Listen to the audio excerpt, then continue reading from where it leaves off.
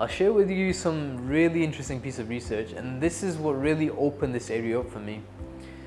This is known as the energy quadrant.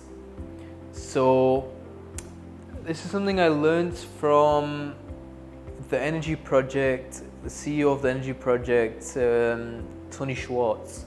So I came across an article in Harvard Business Review, which is called "Take Back Your 10 Steps to Take Back Your Life," and in that there were some webinars, and webinars I came across this energy quadrant, which basically completely shifted the way I thought about the whole paradigm of not only life, work, life, everything. Because what Tony Schwartz shared with us, with me over the webinar that I was listening to, what I understood was that there are essentially 4 quadrants. But prior to coming onto this, let me give you a bit of background. Let me give you a background on how they came across this. So Tony, with a guy called Jim Lauer in 1990s, they did some research based on the top tennis players on the planet. What they did was they analyzed the top tennis players and they tried to work out what differentiated the best from the rest. So the top, you can say top handful of tennis players from the rest. And what they found was, amazingly enough, was that after each set, as a tennis player, the best tennis player on the planet would go back to the baseline, their heart rate would drop at a rapid rate back to normal, whilst the other tennis players, their heart rate was beating at a much faster rate. Over a span of 9 hours, or however long the match went on, each set was having a cumulative impact. The player whose heart rate was coming back to normal was able to conserve much more energy, and so he was overall, because of the ability of conserving much more energy, he would go on to win the match.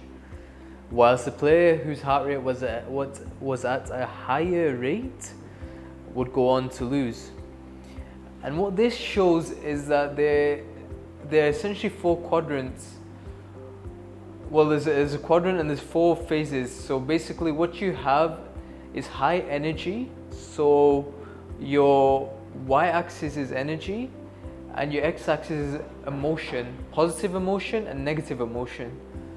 Now, when you start off your day, you're in the performance zone, you're upbeat, you're invigorated, you're optimistic, you're confident, you're enthusiastic. Now, as the day goes on, you might come into the aura or electromagnetic field of people who are more negative, or your environment might be negative, and you switch from performance zone slowly to the survival zone, where you become impatient, irritable, angry, judgmental, anxious, fearful, worried, self-critical. Then as the day goes on, you are burnt out. Most people return home in a burnt out state. They're exhausted, empty, depressed, sad, and helpless.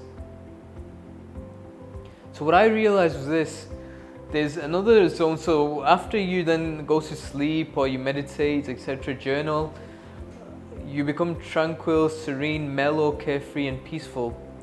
So what I went to realize was, what if rather than going into survival zone, rather than going into burnout zone, what if I could alternate between performance zone and renewal zone?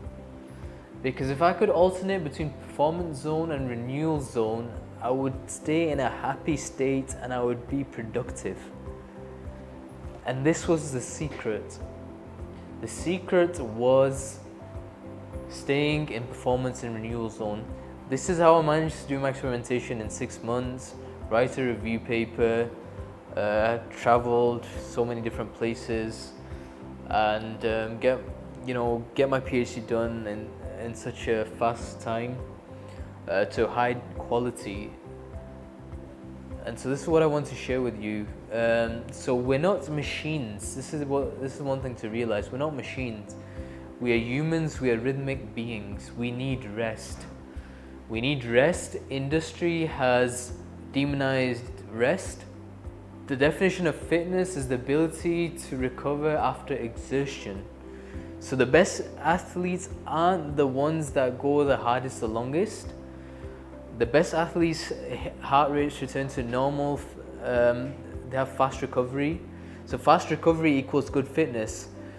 It's not how many hours you work, but the quality you bring to each hour. The key is to know when to stop.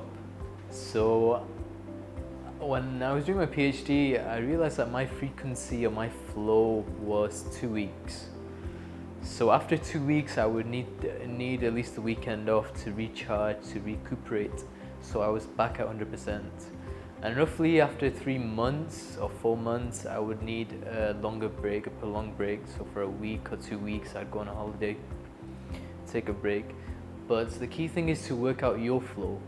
The key thing is to work out your frequency and not burn out. The key is to avoid survival zone and avoid burnout zone, and just alternate between performance and renewal. So basically on a daily basis, on a weekly basis, and a monthly basis, you need to work out your frequency. So I was really curious to apply this model on a real life scenario.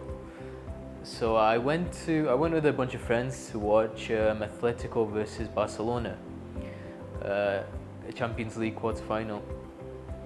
And when the match started, I was fixated on Messi. I was just observing Messi and I was ignoring the rest of the play because I was applying this model, applying this theory on Messi. And what I realized was that it was so true, the model was so accurate, that what was happening was Messi in actual fact was such a lazy player. Because when you see him, he is just walking around, strolling around. He's not actually putting in much energy. Whilst all the defenders around him, they are basically in survival or burnout zone. They are fixated on him, and they're just basically trying to man mark him. And so either they're in survival zone or they're burnt out. Because what happens with Messi is he spends most of his time in renewal zone. And as soon as the ball lands on his feet, he jumps to performance zone. And when he jumps to performance zone, he's unstoppable. Why? Because he's conserving the energy for when he needs it, whilst the rest of them are either in survival zone or they're burnt out. Running, chasing after him, looking at the ball, looking at where he's going, what he's doing, what might he do next.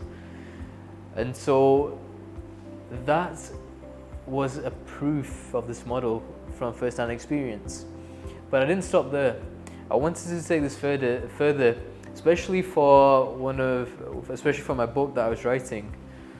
So what I did was I took the Champions League, I think this was 2017 or 2018, 2017 this must have been.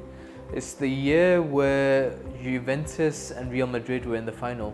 So I got the data, and what I did was I plotted the players by basically who covered the most distance, i.e. who worked the hardest. And what I found was when you do that, you find that Koke, Griezmann, Gabi, Atletico Madrid players dominate.